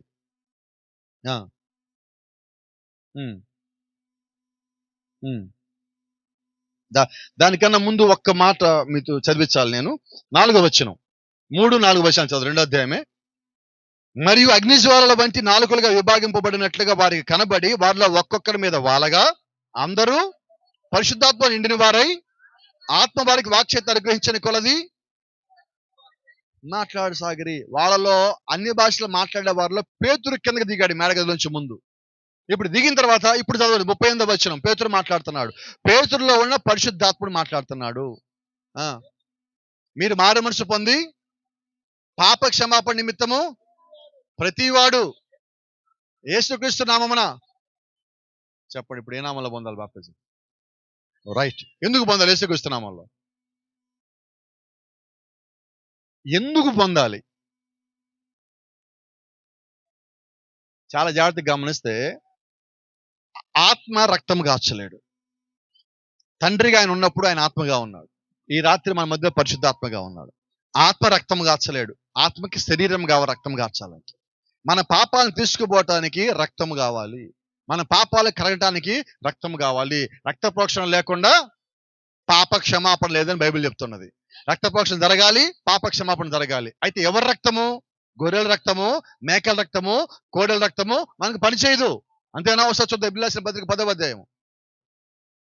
ధర్మశాస్త్రము రాబోచున్న వాటి మేలు కలయిక గాని ఆ వస్తువు యొక్క నిజ స్వరూపం కలదు కాదు కనుక, నేనే చెప్తున్నా, మీరు చెప్పట్లేదు. ఏటేట ఎడతెగక ఇంకా తిప్పుతున్నారు.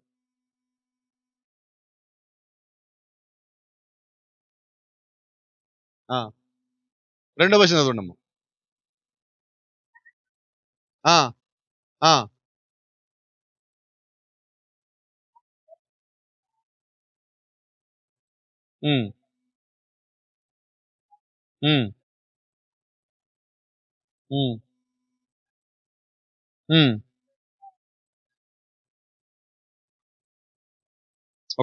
ఓకే, అక్కడ మొదటి వచ్చి మళ్ళా చదువుతాను చూడండి. రెండో భాగం చదువుతున్నాను. ధర్మశాస్త్రం రాబోచున్న మేలుల ఛాయగలదే గాని ఆ వస్తువులకు నిజ స్వరూపం గలది కాదు కనుక ఆ యాజకులు ఏటేటా ఎడతెగకుండా అర్పించు ఒక్కటే విధమైన బలులు వాటిని తెచ్చువాడికి ఎన్నడూను సంపూర్ణ సిద్ధి కలుగజేయవు. యాజకులు బలులు ఇస్తున్నారు, కానీ తీసుకొచ్చే వారికి పాపాలు పోటల్లా. ఎందుకని పోటల్లా? తీసుకొస్తే వాళ్ళు మళ్ళా పాపం చేయరుగా. వాళ్ళు మళ్ళా ఇంకో సంవత్సరం వచ్చి ఇంకో గొర్రెలను, ఇంకో మేకను, ఇంకో పొట్టేలను తెస్తానే ఉన్నారు. పాపాలు పోటల్లా. అందుకని యేసుక్రీస్తు ఏం చేశాడు? ఒక్కసారే ఆయన బలిగా అర్పణ చేసుకున్నాడు. ఇప్పుడు ఆ రక్తం మన మీద ఉన్నది. ఒక మాట చెప్పి నేను ముగిస్తాను. ఏంటంటే ఇక్కడ ముఖ్యమైన సంగతి, పాత నిబంధనలో మనం ఒక గొర్రెను తీసుకొచ్చి అక్కడ యాజకుడికి అప్పచెప్పినప్పుడు, ఆయన పరిశుద్ధమైన స్థలం నిలబడినప్పుడు ఆవరణలోంచి మనం వెళ్ళి ఆ మేకనో, గొర్రెనో, దూడనో, పొట్టేళ్ళో మనం అక్కడ అప్పచెప్పినప్పుడు వాళ్ళు ఏం చేస్తారంటే మన చేతులు దాని మీద పెట్టమంటారు. ఆ యాజకుడు కూడా ఆయన చేయి దాని మీద పెడతాడు. ప్రార్థన చేసిన తర్వాత దాని తలను అక్కడ నరికిన తర్వాత అది కింద పడినప్పుడు ఆ రక్తం అంతా నీ మీద పడాలి. ఆ రక్తం నీ మీద పడాలి. అది కదులుతూ రక్తం నీ మీద పడినంతసేపు నువ్వు అక్కడ నిలబడాలి. అప్పుడు నీ పాపాలు పోయినట్టు. ఇప్పుడేంటి, నీ వస్త్రం మొత్తం రక్తం తడిచిపోయి ఉంటే నువ్వు కూడా రక్తం తడిచిపోయి ఉంటావు. నీ తరపున నువ్వు చేసిన పాపానికి అది మరణించినది. దానిలో తప్పు లేదు, దానిలో దోషం లేదు, దానిలో పాపం లేదు. నీ అతిక్రమాలకి అది మరణించింది అన్న పశ్చాత్తాపం నీ లోపల కలగటం కొరకు దేవుడు ఏర్పాటు చేసిన మార్గం అది. అయితే మనం ఏం చేసాం ఇప్పుడు? ప్రతి సంవత్సరం అర్పిస్తున్నాం. పశ్చాత్తాపం ఎక్కడుంది? ఇప్పుడు ఎలాగేం చెప్పనా, షాప్కి వెళ్ళి పాస్టర్ గారు రాగానే ఏం చేయాలి? ముందు ఏ షాప్కి వెళ్తాం? పాస్టర్ గారు మన ఇంటికి వస్తే ఏ షాప్కి వెళ్తాం? Chicken, mutton. ఆడికి వెళ్ళి ఏం కావాలని అడుగుతాం? చికెన్ అడిగితే వాడు ఏం చేస్తాడు? ఆకాశం నుంచి రా అంటే వస్తుందా? ఏం చేస్తాడు? ఓ కోడిని తీసుకొచ్చి దాన్ని నోరు తెచ్చి నోట్లో నీళ్లు పోసి కట్ చేసి మన ముందు దాన్ని పక్కన పడేస్తాడు. ఇప్పుడు దాన్ని చూస్తే మనం పశ్చాత్తాపం ఉండదా? ప్రాయశ్చిత్తం ఉండదా? ఏమీ లేదు. ఇప్పుడు అలాగే మనం కూడా గొర్రెని చంపినా, మేకని చంపినా, దూడని చంపినా, ఏం చేసినా కూడా మన దగ్గర ప్రాయశ్చిత్తము పశ్చాత్తాపం లేదు. కాబట్టి పోయింది మన లోపల నుంచి.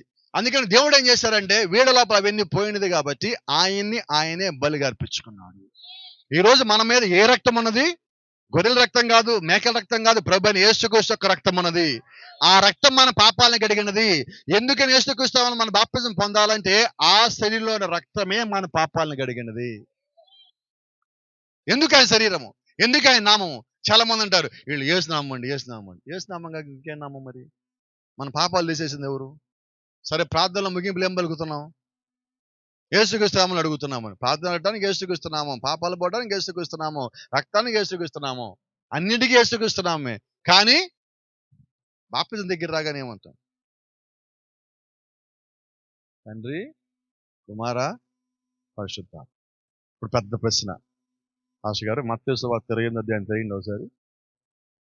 చివరి లైన్ చదవండి ఒకసారి, 19వ వచనం. మీకు కాదు, పాస్టర్ గారు నన్ను చదవమంటారు. చెప్పండి, నాకే చెప్తారు ఇది చెప్పగానే మాట. త్వరగా తీయండి.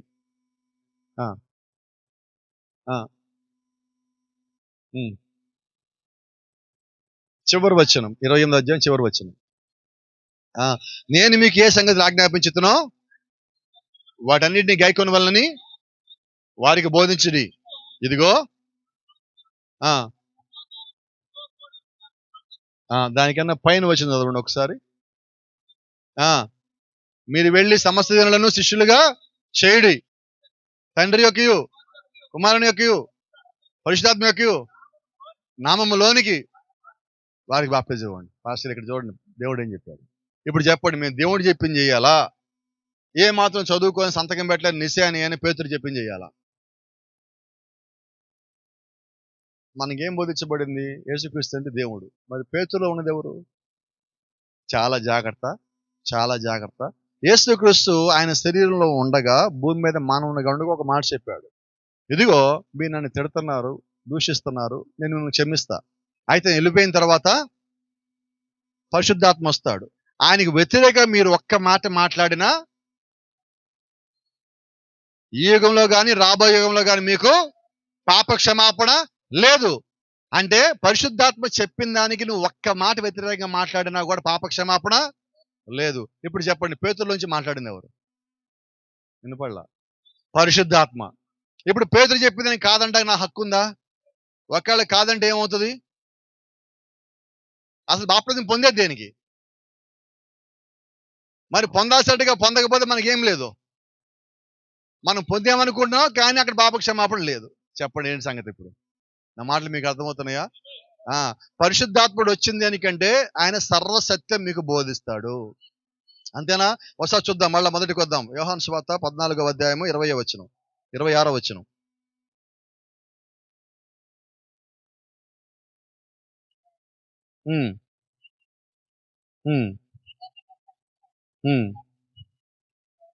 తండ్రి నా నామమున పంపబో పరిశుద్ధాత్మ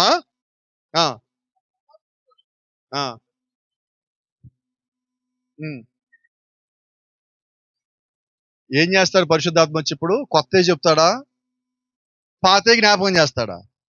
ఏ పాత్ర జ్ఞాపకం చేస్తాడు? పరలోక రాజ్యంలో నువ్వు ఉండగా నీకేమైతే చెప్పున్నాడో, నువ్వు భూమి మీదకి వచ్చాక ఏవైతే మర్చిపోయి ఉన్నావో వాటిని నీకు జ్ఞాపం చేస్తాడు. ఇప్పుడు పేతురు ఏం జ్ఞాపం చేశాడు?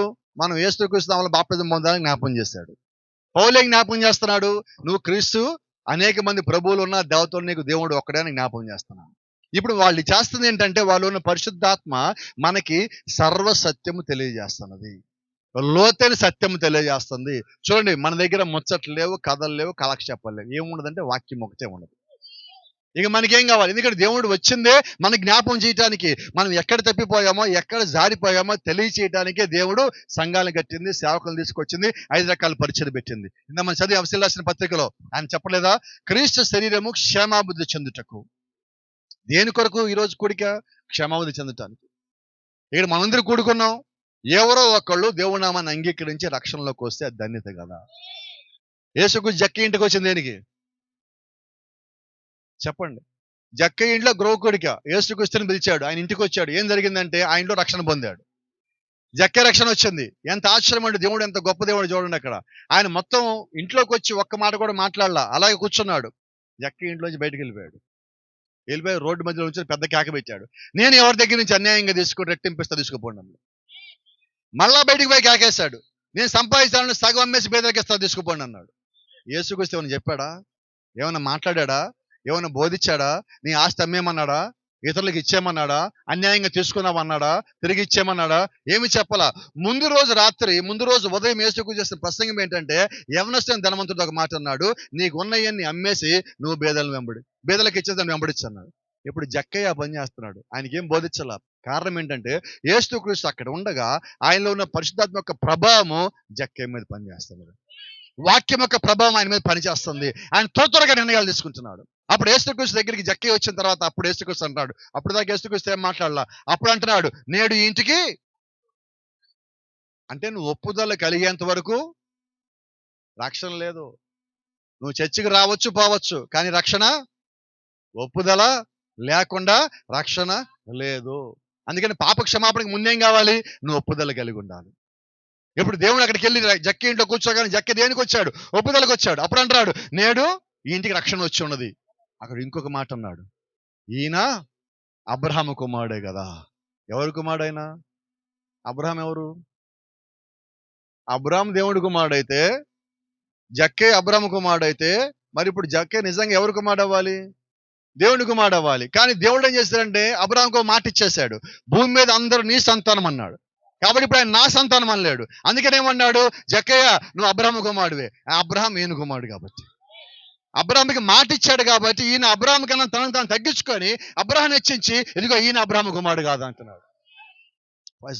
అంటే దేవుడు ఒక మాట ఇస్తే ఆ మాటకి ఎలా కట్టుబడతాడో, ఎలా లోబడతాడో చెప్తున్నా. ఇప్పుడు అదే దేవుడు మనతో కూడా ఒక మాట అన్నాడు. ఏమన్నాడు తెలుసా?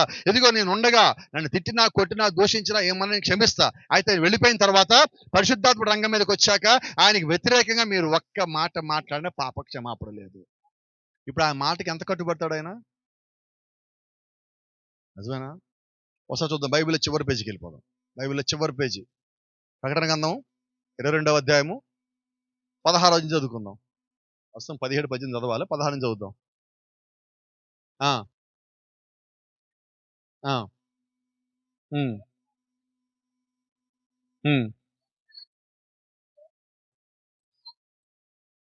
అమ్మా ఒకటి, ప్రకటన గ్రంథం 22:18. ఈ గ్రంథమందున్న ప్రవచన వాక్యములను విను ప్రతి వారికి నేను సాక్ష్యం ఇచ్చినది ఏమనగా, ఎవడైనను వీటితో మరి ఏదేను కలిపిన ఎడలా. ఇప్పుడు మనం దీనికైనా కలుపుకుంటే చెప్పండి, కలుపుకుందామా? కోపడకండి. కొద్దిమంది సిస్టర్స్ ఏం చేస్తారంటే, ఇంటికి ఎవరైనా చుట్టాలు ఎక్కువ వచ్చారు, వస్తారని తెలుసుకుని నాకు ఇంట్లో ఉన్న దాన్ని అడ్జస్ట్ చేయాలంటే ఏం చేయాలి? కలపాల్సిందేనా? లేదా టమాటాలు వేయాల్సిందేనా? ఏదో ఒకటి చేయాల్సిందే. కానీ వాక్య విషయం నువ్వేం చేయడానికి లేదు. ఎలాగుందో నువ్వు అలాగే తీసుకో. ఏం కలపటానికి అధికారం లేదు. రెండో మాట, 19వ వచనం, ఎవడైనా ఈ ప్రవచన గ్రంథమున్న వాక్యములో ఏదేను తీసివేసిన ఎడల దేవుడు ఈ గ్రంథంలో రాయబడిన జీవవృక్షములోను పరిశుద్ధ పత్రంలోను వానికి పాలు లేకుండా చేయను. అంటే ఒకటి తీసేయద్దు, రెండోది కలపద్దు. మొట్టమొదటి ఏముండదు అక్కడ? కలిపితే తెగుళ్ళు వస్తాయి. తీసేస్తే ఆ పట్టణంలో జీవగంధంలో పాలు భాగస్థలం కాదు. చెప్పండి ఏం చేద్దాం? కోపం రాదుగా? కోపం రాదు కదా? చెప్పండి బైబిల్లో ఎక్కడున్న 40 రోజులు ఉపవాస ప్రార్థనలు? శ్రమల దినాలు ఎక్కడున్నాయి? ఉన్నాయా లేవా? బూడిద బుధవారాలు ఉన్నాయా లేవా? ఉన్నాయా? గట్టిగా చెప్పండి. మరి మనం చేస్తే కలుపుతున్నట్టు. కలిపితే ఏమవుతుంది? తెగుళ్ళన్నీ వస్తాయి. కలపకూడదు, తీసేయకూడదు. డిసెంబర్ 25 ఎక్కడుంది క్రిస్మస్? లేదు. అది చూడండి, తల్లి క్రిస్మస్ లేదండి, మళ్ళా పిల్ల క్రిస్మస్, సెమీ క్రిస్మస్ తీసుకొస్తున్నారు. అదేలే దేవుడు చెప్తే ఇది ఎక్కడి నుంచి వచ్చింది? అంటే ఎలాగైందంటే ఏదో ఒకటి చేయాలి, ఏదో ఒకటి చేయాలి, మనం కూడా చేయాలి, మనం కూడా చేయాలి అనుకుంటా మనం కూడా తెలియకుండా అలా పడిపోతున్నాం. నువ్వు మనుషులు కల్పించిన పారంపర్య ఆచారములు దేవుడి బోధ అనుకోవద్దు. దేవుడి బోధ నీ ముందున్న బైబిల్లో ఉన్నది. నువ్వు ఆ బైబిల్ తెరువు, చదువు, దానిలో ఏముందో అది చేసే. దేవుడు చెప్పింది చేసినప్పుడు దీవించబడతావు. దేవుడు చెప్పింది చేయకుండా నువ్వు దీవించబడవు, నువ్వు శప్పించబడతావు. ఈరోజు మన శాపాలు పొందుకోవడానికి చర్చికి పోవటంలా, శాపాలు పోగొట్టుకోవడానికి చర్చికి పోతున్నాం. సత్యము తెలుసుకోవడానికి, సత్యం మరుగు నీకు చేయబడలా, సత్యం నీకు బయలుపరచబడింది. పరిశుద్ధాత్మ నీకు బయలుపరుచున్నాడు, వాక్యం నీ కొరకు ఇచ్చున్నాడు, ఆత్మ నీ కొరకు పంపించున్నాడు. నువ్వు ఎప్పుడైతే బైబిల్ చదివి దానిలో ఉన్నది ఉన్నట్టుగా నువ్వు జీవించడం ప్రారంభించున్నావో నీ జీవితంలో వచ్చే మార్పుల్ని ఏ ఒక్కడు భూమి మీద ఆపలేడు. కాబట్టి మనం ఏం చేద్దాం ఈ రోజు నుంచి? వినపడలేదండి, గట్టిగా చెప్పరు ఎవరు? ఏం చేయాలన్నా ఏమనాలి ముందు? వాక్యం ఉందా? ప్రభురాత్రి భోజనం పగలా రాత్రి? యేసుక్రీస్తు బాప్తిజం తండ్రి కుమార పరిశుద్ధాత్మ యేసుక్రీస్తునామా? బైబిలే చెప్తే అదే. ఇంకో మాట అడుగుతాను, బైబిల్ మొత్తంలో ఎవరన్నా ఒక్కళ్ళన్నా తండ్రి కుమార పరిశుద్ధాత్మ బాప్తిజం పొందారా? ఎవరైనా తీసుకున్నారా? ఎవరిని ఇచ్చారా? సరే, బైబిల్లో బాప్తిజాలు పొందినవి ఎలాగున్నాయి? శుద్ధ అవస్థ సాక్ష్యం కావాలి కదా. అపోస్తలుల కార్యాలు 19వ అధ్యాయము, అపోస్తలుల కార్యాలు 19వ అధ్యాయము.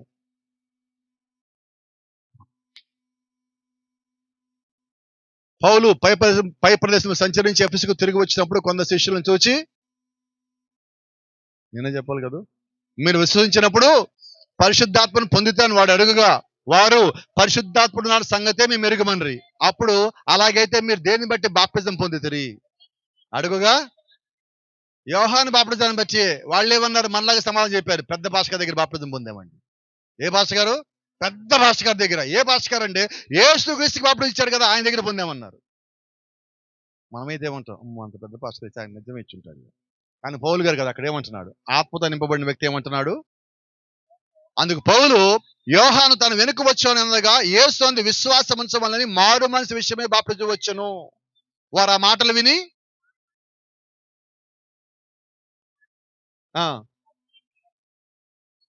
ఏ నామంలో? ఇక్కడ ఒక పెద్ద ప్రశ్నకు సమాధానం కూడా ఉంది. చాలా మంది ఏమంటారంటే, రెండోసారి బాప్తిజం పొందొచ్చా? ఒక్కసారే కదా. మరి ఇక్కడ బైబిల్లో వాళ్ళు రెండోసారి పొందారా, ఒకసారి పొందారా? నేను చెప్పాను, మీ బైబిల్ రాసిందా? ఎవరు ఆ మాటలు రాసింది? పౌలు గారు. పౌలు గారిలో ఉన్న పరిశుద్ధాత్మ. ఇప్పుడు బైబిల్లో ఇక్కడ కొర్నేలు ఇంటి దగ్గర పేతురు బాప్తిజం ఇచ్చింది కూడా యేసుక్రీస్తు నామంలోనే, ఇక్కడ ఇచ్చింది యేసుక్రీస్తు నామంలోనే, పౌలు చెప్పింది యేసుక్రీస్తు నామే, పేతురు చెప్పింది యేసుక్రీస్తు నామం. అవునా? ఇంకా ఆశ్చర్యం ఏంటంటే, పౌలు ఇటుపక్కెళ్ళి ప్రసంగం చేశాడు, పేతురు ఇటుపక్కెళ్ళి ప్రసంగం చేశారు. 14 ఏళ్ళు ఇద్దరు ప్రసంగాలు చేసిన తర్వాత ఇద్దరు ఒకసారి కలుసుకున్నారు, ఒక కుడిగలు కలుసుకున్నారు. నువ్వెలా బోధిస్తావు, నీ డాక్టర్ నా డాక్టర్ నల్లా, ఇద్దరు ఒకటే బోధిస్తున్నారు. మరి ఈ రోజు ఏ 2 చర్చిలు కలిసి ఏం జరుగుతున్నది?